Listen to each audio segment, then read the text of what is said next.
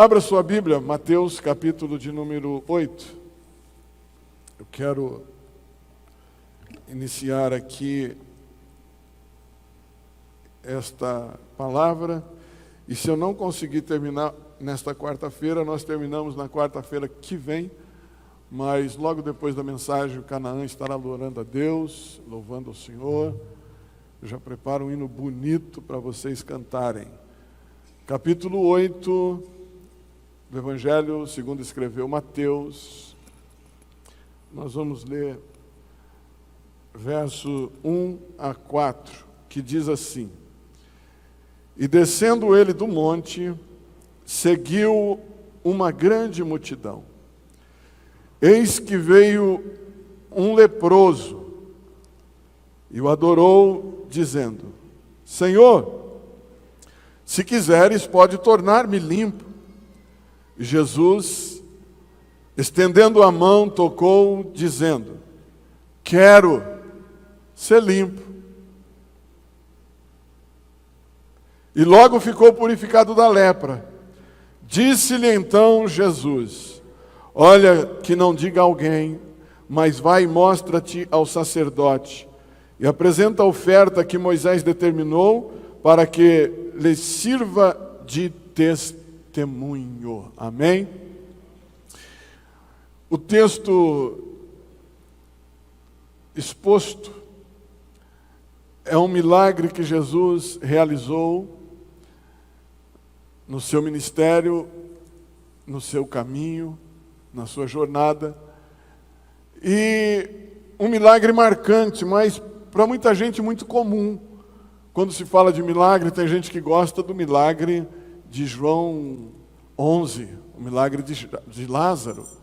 Tem gente que gosta do milagre de João 2, o milagre do casamento, a multiplicação do vinho,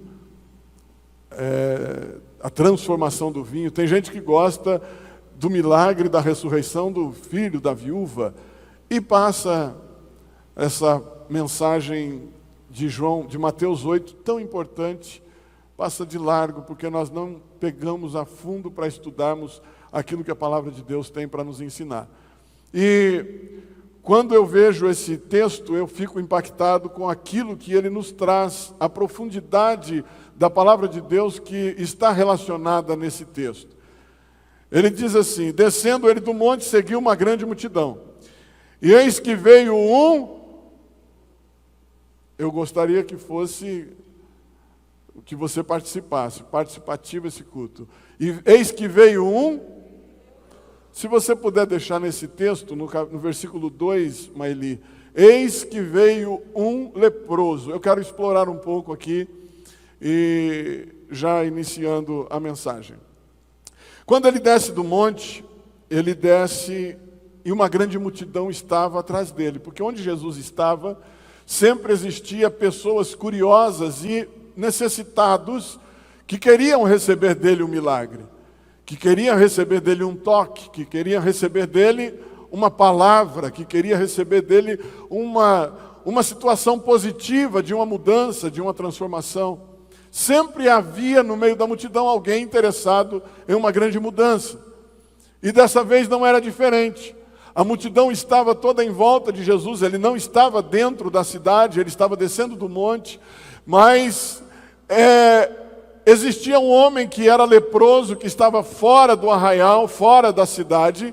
Ele não podia estar dentro da cidade pelo seu estado clínico, era um leproso, e pela lei de Moisés, um leproso não poderia estar no meio da sociedade. Ele vivia isolado, fora dos muros da cidade, fora do arraial, porque ele estava em condição de imundícia.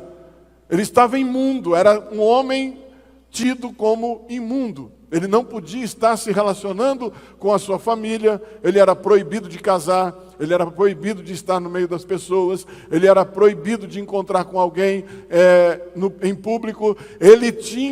O leproso, ele tinha um sino, ou se ele não tivesse sino, ele tinha que gritar: imundo, imundo, para as pessoas não passarem por perto dele. Ou ele tinha uma sineta ou um sino que ele tinha que balançar e tocar aquele sino, dando um alerta, porque ali tinha um leproso e as pessoas não podiam tocar nele, passar por ele. Tinha que passar muito longe dele, para não se contaminar. A lepra nessa época era uma doença incontrolável, era uma doença que fazia muitas mortes, era uma doença que trazia um transtorno muito grande e trazia uma insígnia de repulsa, de vergonha, de humilhação para aquele que era acometido da lepra. E Jesus então, descendo do monte, a Bíblia diz que eis que um leproso, tendo se aproximado, ou veio um leproso, eis que veio um leproso. Ele não podia se aproximar da multidão, mas ele se aproximou, porque ele tinha fé que em tocando em Jesus, ou Jesus tocando nele, ou dando uma palavra para ele, ele sairia dali curado no mesmo instante. Ele tinha fé. Mas para nós pensarmos nesta situação, a lepra é a maior ilustração do pecado que a Bíblia nos revela. Pela Bíblia, as pessoas que tinham pecado, as pessoas que tinham lepra, elas estavam em pecado. Elas estavam erradas diante da lei de Deus. Elas estavam fora. E este relacionamento da lepra com o pecado era muito forte nesse tempo bíblico. Hoje a lepra, que é a hanseníase, ela tem cura, ou seja, ela é tratável. Só que é uma doença que Deus escolheu ela para que fosse relacionada com o pecado por causa da sua forma de se manifestar, por causa do seu jeito de aparecer no corpo humano, no corpo físico.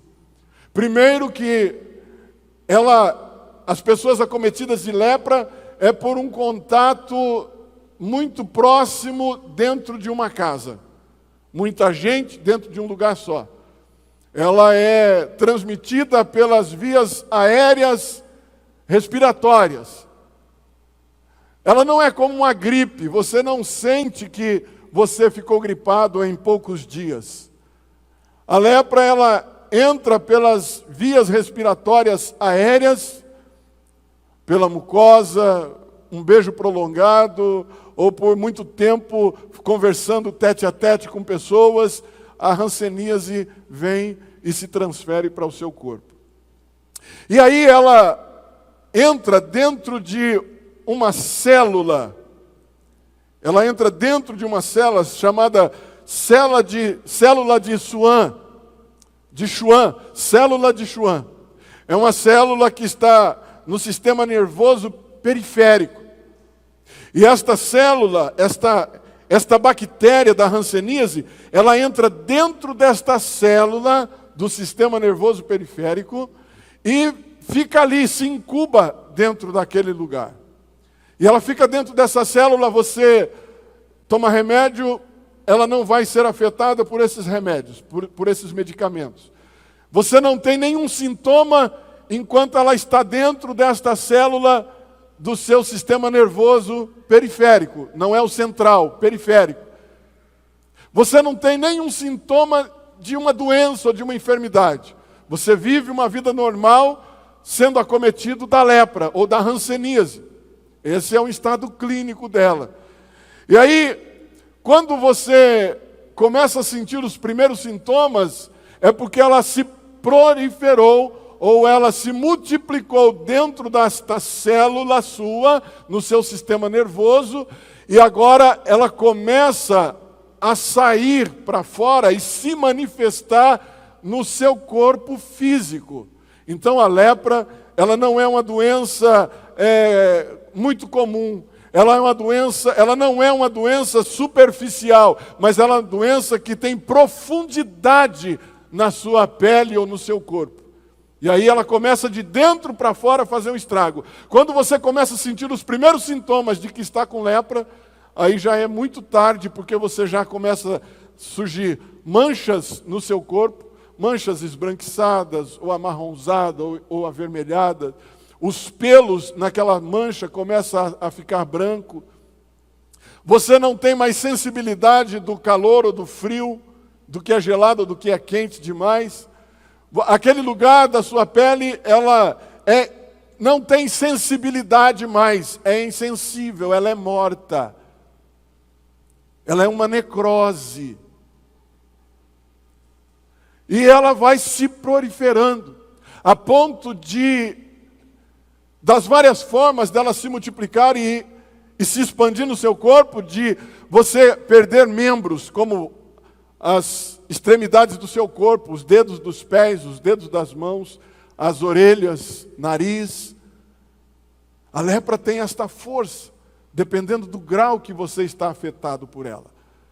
Eu lembro que a minha mãe sempre conta a história dos leprosários que existia, e quando era solteiro a gente sempre estava falando, né, dos avós e da família, aqueles comentários quando se juntavam, falava da família, e a minha mãe contava a história do meu avô, pai dela.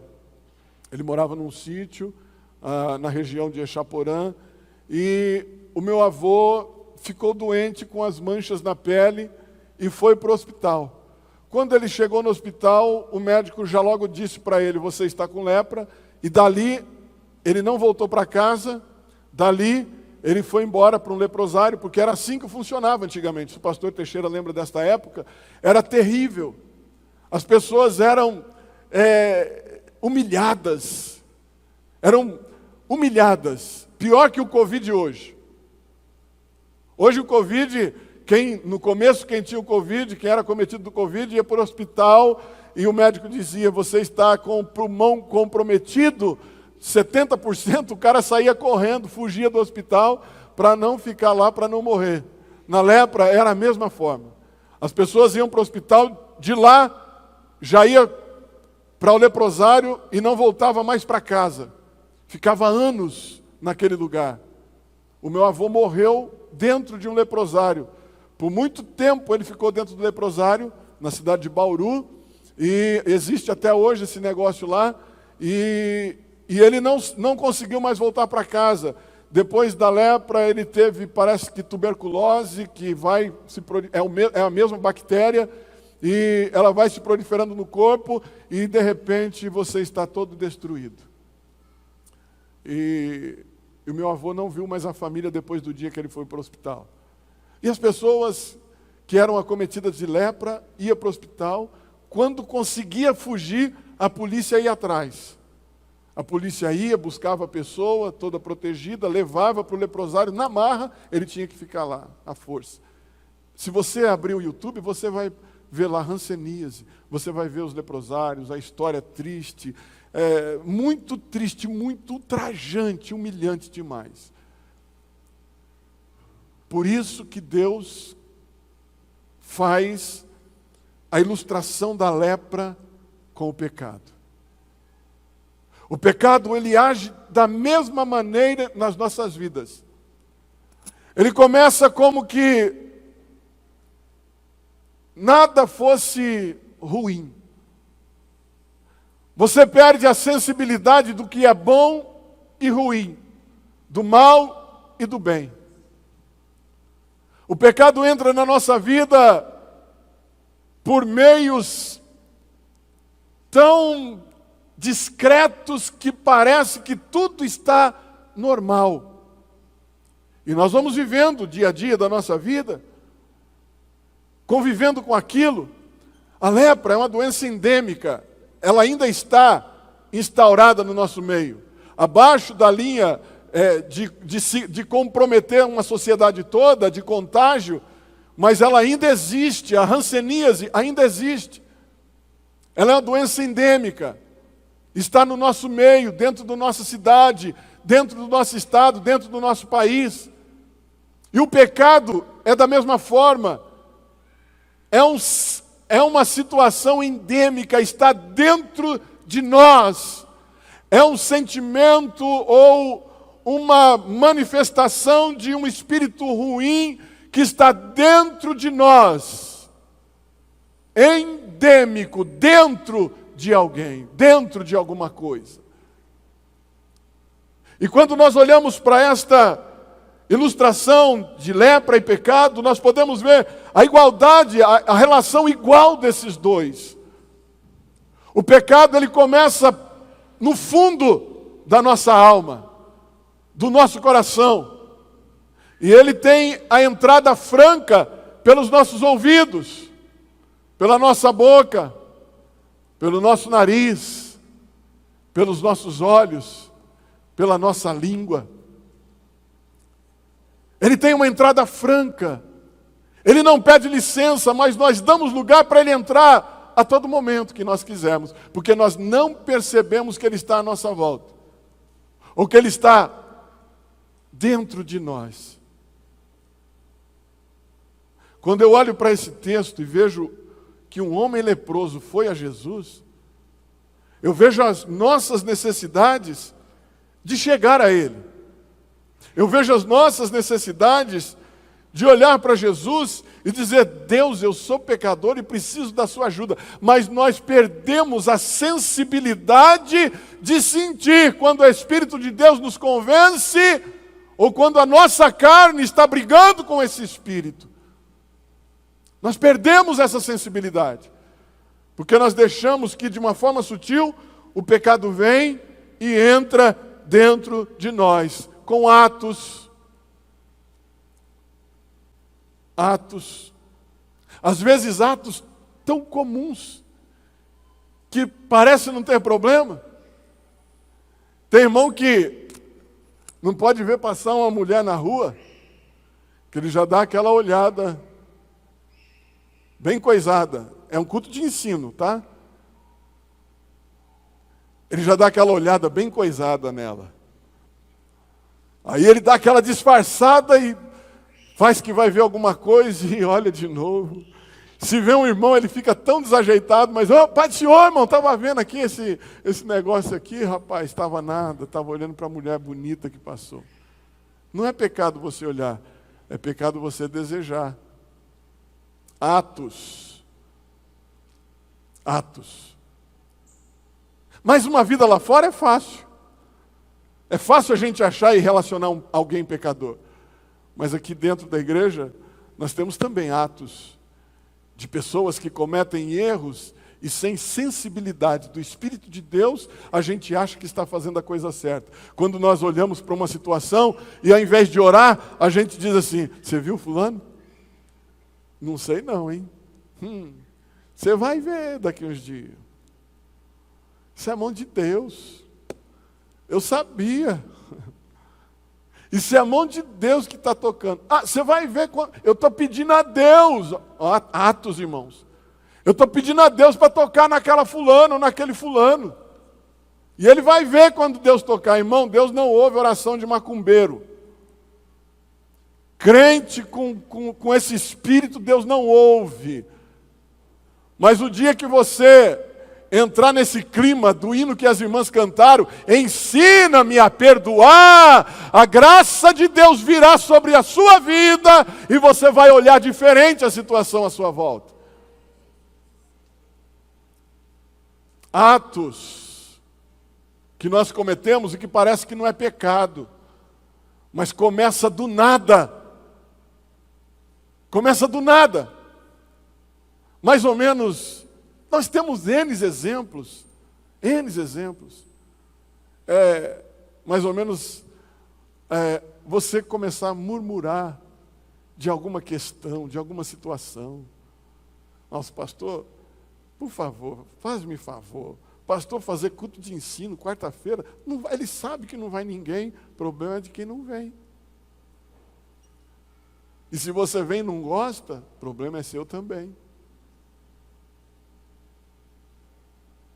Isso é pecado. Murmuração é pecado. Você quer ver um outro ato que é pecaminoso diante dos olhos de Deus? É você vir e dizer: aquela fulana está lá. Aquele irmão está lá. Nossa, dava tudo para ele não estar hoje no culto. Pecado. Atos.